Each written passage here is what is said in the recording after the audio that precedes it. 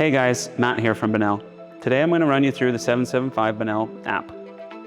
So first off, you're going to go to the App Store on Apple or on Android and select the Bonnell app. Just search for Bonnell and it should come up.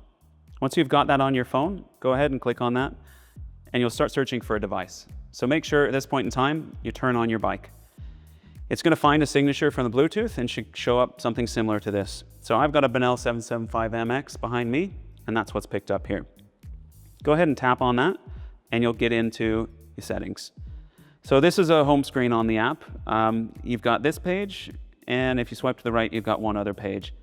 This is just going to be monitoring things like temperatures, throttle inputs, gives you your odometer, gives you real-time settings on amps and motor RPMs, shows you your battery, how much human power you have, how much motor power you're using, and your cadence. So you could ride with your phone if you wanted on your handlebars, if you wanted to see more of that information. And if you really wanted to monitor more information, if you tap this little box looking symbol here, it'll turn the whole display sideways and give you a lot more information all at once. We'll go back out of that and we'll start running through some of the features that are inside of here. So outside of the dashboard, you can go into settings. Once you've clicked on settings, this should come up showing you serial number and the device that's hooked up. You can go ahead and click edit if you want to name your bike specifically, or you want to change anything about the title that's in there. Might make it easier so you can find your bike if you have multiple Bonnell bikes, and you can customize that as you like. So we're first going to go into general settings. So inside of general settings, this is where you're going to adjust either the temperature settings in Fahrenheit or Celsius, and you can restore the default settings. Next one is throttle. So inside of throttle settings, there's a few settings to play with in here that are performance oriented. We've set up everything pretty much at 0 from the factory, and we're going to let you guys play with it if you want. We think the settings are pretty good, but everybody likes a little bit of a different throttle. This is really applicable to the Bonnell 775 MX and less applicable to the All Mountain, although it still does have the thumb throttle on it. Inside of here, you've got ramping time, which is how quickly the throttle is going to react to your inputs. So if you twist that throttle, how quickly that ramps to get to the point that you twisted it to. You've got input deadband. That's essentially going to give you some play in the bottom of your throttle. It's sometimes when you're mountain biking and you're on rough terrain and you know that you're going to be moving your hand a little bit, especially with the MX bike, when you actually have a twist throttle, you might want a little play in the bottom of there. You can adjust that with input deadband. If you raise that number up, it's going to add a little bit of play in the bottom before you actually start giving power to the bike. And soft start is essentially going to be making it ramp up a little slower in the bottom of the voltage range of your throttle. So when you twist that throttle, it's going to make it feel a little bit more doughy and soft. You can come down and do a throttle calibration, which shouldn't be needed because it will be done by the factory. But if you ever had a faulty throttle or an issue and you needed to replace the throttle, this is where you would come to set up the new throttle. If you've made any settings changes, all you need to do is click save, and let's just do it here for you. All you need to do is click save at the bottom. It'll pop up, say save successfully, and then you can go back. If you've made settings changes and you try to go back, it'll ask you, do you want to do those saves before you go? You can just exit anyways if you were just playing around with it. Okay, so now we're going to run into battery settings.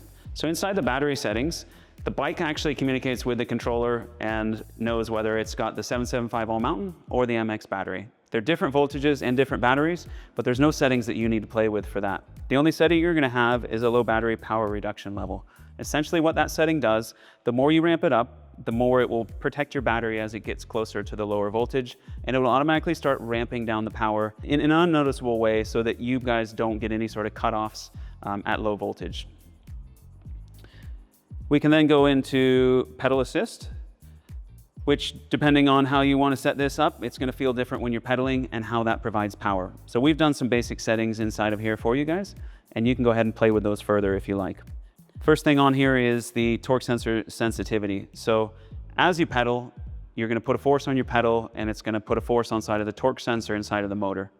Now, if you want that to be more sensitive and pick up for a higher input at a lower pressure point that you push, you'll go ahead and ramp this up. It'll be more sensitive.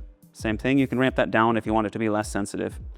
The power ramp up time is how quickly it reacts to when you're pressing on a pedal, how it starts giving you power. And motor assist factor is similar to the torque sensor sensitivity in that you can give more power for less input if you adjust up or less as you adjust down.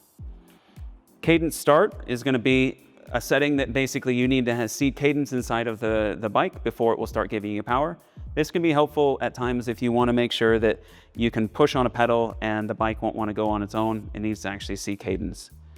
And pedal backwards to cut off. So that's basically going to cut off any sort of power assist that's going on from your torque sensor if you pedal backwards quickly. And a calibration, which will be done from the factory. Again, you shouldn't need to do that unless there's some reason that you've changed the motor or done something significant, and we can walk you guys through that later. We're going to go into the peripheral settings here now. And inside of there, this is just going to show how many wheel magnets you have. You'll have one from the factory, and that's where it will be set. If for any reason you wanted to add more for more granularity in the speed sensor settings, you can add more and adjust that here.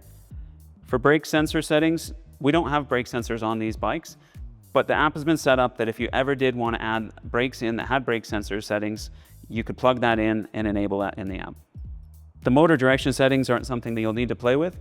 Again, that would be if something was ever swapped to make sure it'd be easy to get you guys back on track. Firmware is a pretty self-explanatory one. If there's ever a firmware update that we need to run to help you guys with any sort of bugs that are found, we'll do it here. So we would send you guys a file, you would open your app, connect to your bike, and you would choose that file from your phone that you've downloaded, and it would run that process by itself. Shouldn't need to do anything now. If there's ever any issues, we can run you guys through that process. And the last one and most fun is we're going to run into modes and levels. So inside of modes and levels is where you customize all of your ride modes.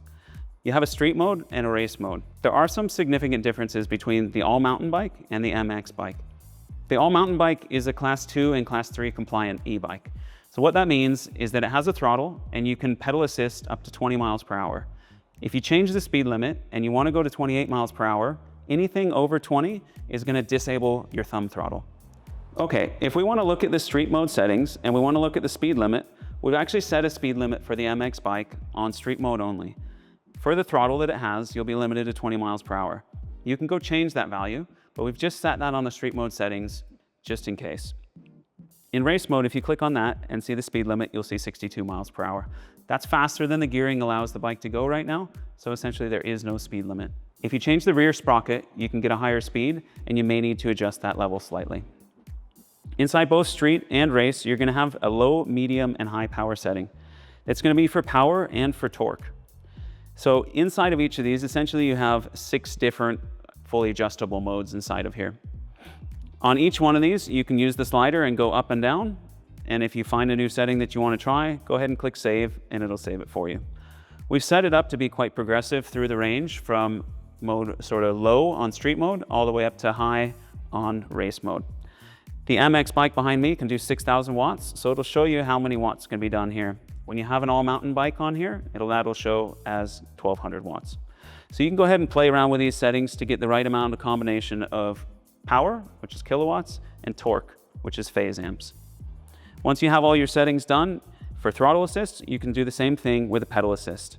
From the factory, we've set up the pedal assist to be roughly half of what the throttle assist is, so that on a high power bike like this one, you don't throw yourself off by pedaling hard with it.